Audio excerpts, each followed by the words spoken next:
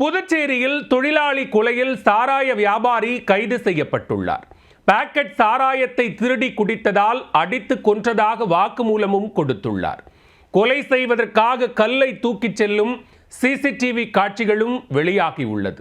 நடந்தது என்ன?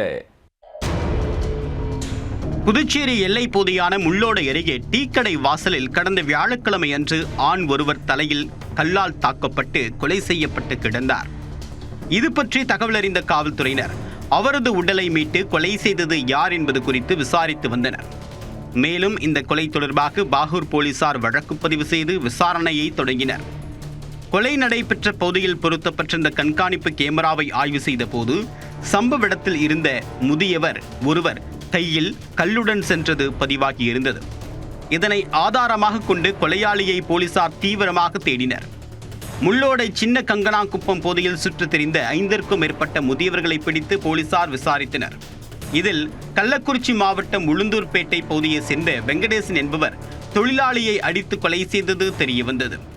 இதையடுத்து வெங்கடேசனை போலீசார் கைது செய்து கொலைக்கான காரணம் குறித்து விசாரித்தனர். முள்ளோடையில் உள்ள கடையில் சாராயம் குடித்துவிட்டு 2 பாக்கெட் சாராயத்தை வாங்கிக் கொண்டு வெங்கடேசன் அந்த பகுதியில் உள்ள டீக்கடை வாசலில் படுத்து தூங்கி உள்ளார். அப்போது அருகில் இருந்த தொழிலாளி சாராய பாக்கெட்டை திருடி குடித்து விட்டார். இது பற்றி கேட்டபோது இருவருக்கும் இடையே தகராறு ஏற்பட்டுள்ளது. இதில் ஆத்திரமடைந்த வெங்கடேசன் அருகில் கிடந்த கல்லால் அவரை தாக்கி கொலை செய்ததாக வாக்குமூலம் கொடுத்துள்ளார். கைது செய்யப்பட்ட வெங்கடேசன் கள்ளச்சாராயம் விற்றதாக ஏற்கனவே அவர் மீது திருநாவலூர் காவல் நிலையத்தில் கள்ளச்சாராய வழக்குகள் இருப்பதும் குறிப்பிடத்தக்கது. கொலை செய்யப்பட்டவர் யார் என்று தெரியாததால் அது பற்றி போலீசார் தொடர் விசாரணை மேற்கொண்டு வருகின்றனர்.